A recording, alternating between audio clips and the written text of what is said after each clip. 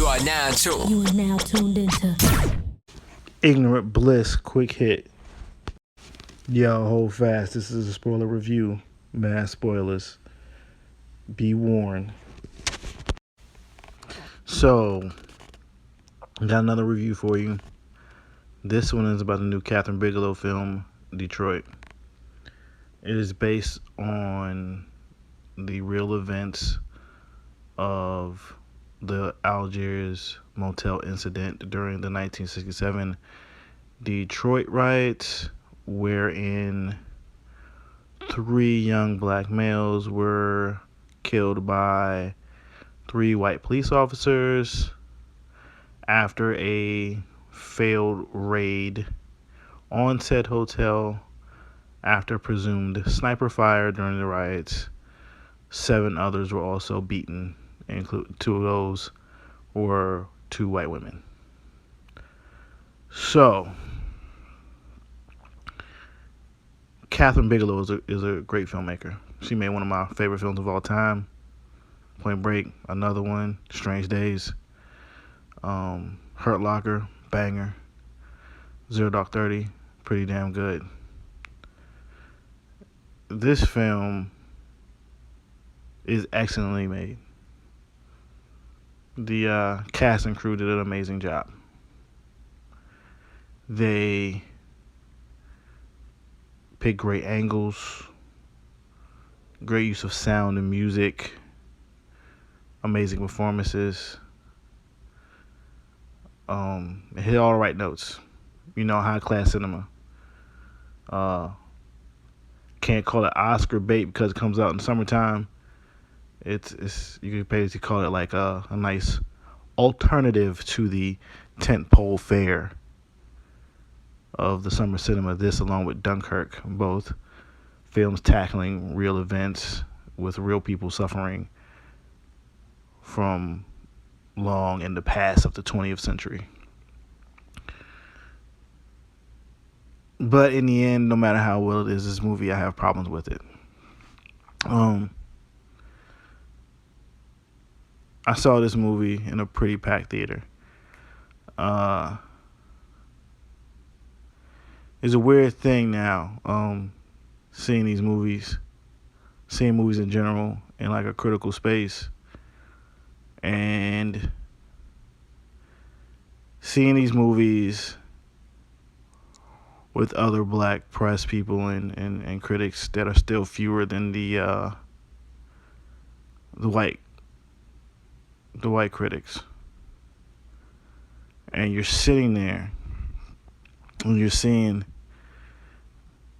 white police officers being racist, justifying their racism, terrorize black people for just being black, essentially. No matter if they had a probable cause, an idea, you got these police officers doing things that's well beyond what they're supposed to do, and the entire system enables them to do so. And then you're sitting down and you're processing this, and you're going with what they're saying. You're going with what the promotion of this film is. That this untold story, this lost event, and then you're a black person, no matter the age, and you're literally seeing something portrayed from the past that literally happens to this day. This is released on like the 50th anniversary of this event. And you're sitting here and you're like, well, damn. Like, shit really ain't changed that much. Yeah, we got some more rich niggas, but this shit is the same, B. And then you're sitting there like, who is this for? Like, I don't like. Do I need to really see this?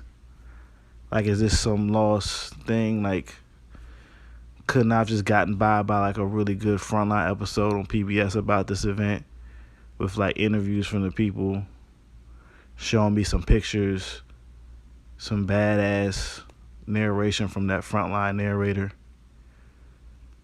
or I don't know, maybe HBO one, something like. Do I really need to see this betrayed?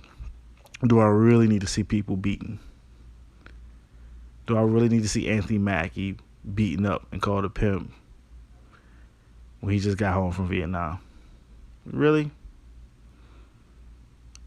Like, do I really need to see this?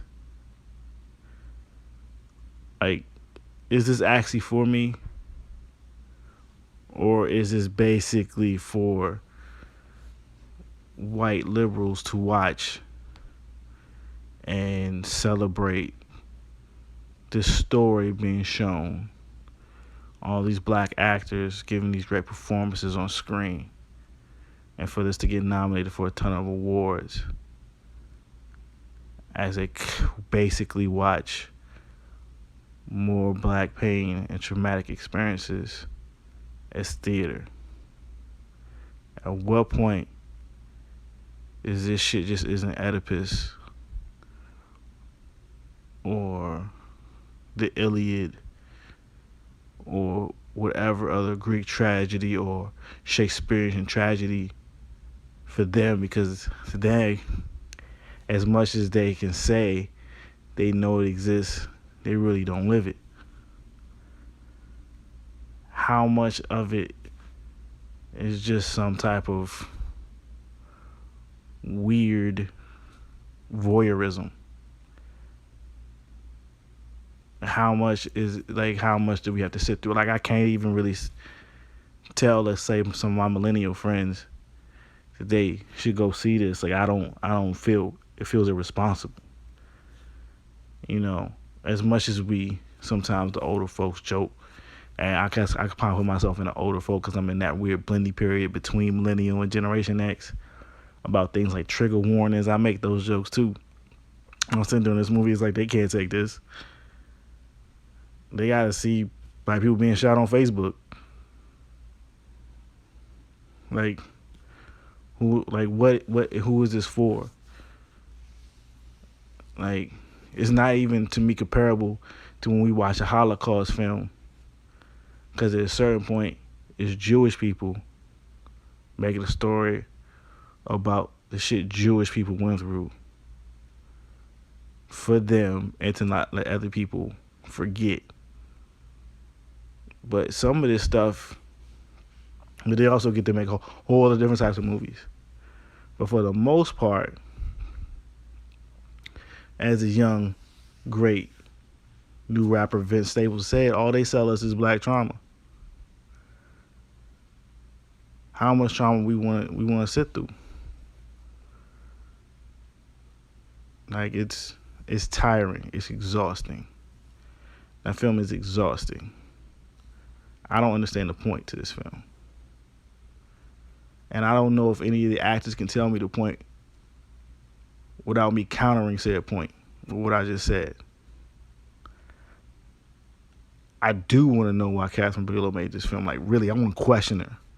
I'll never get that chance.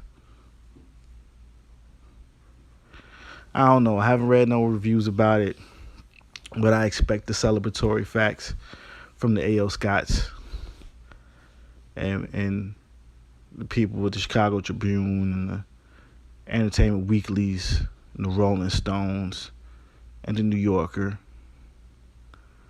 You know, I expect that. I don't see much people questioning. I know it's gonna get nominated because it won't be forgotten. They'll probably bring it right back out around award season just to remind the voters. But yeah, I expect to see it get a whole ton of nominations. It's well made. It's not trash.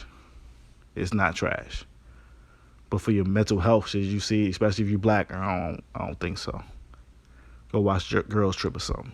Laugh. Enjoy your life. Go watch the Defiant Ones on HBO. Learn about this hustle. Because real talk, this shit is just a horror movie. It's The Conjuring for black people. Based off real events about black people getting fucked up by some unstoppable force that we have no control over. That's it.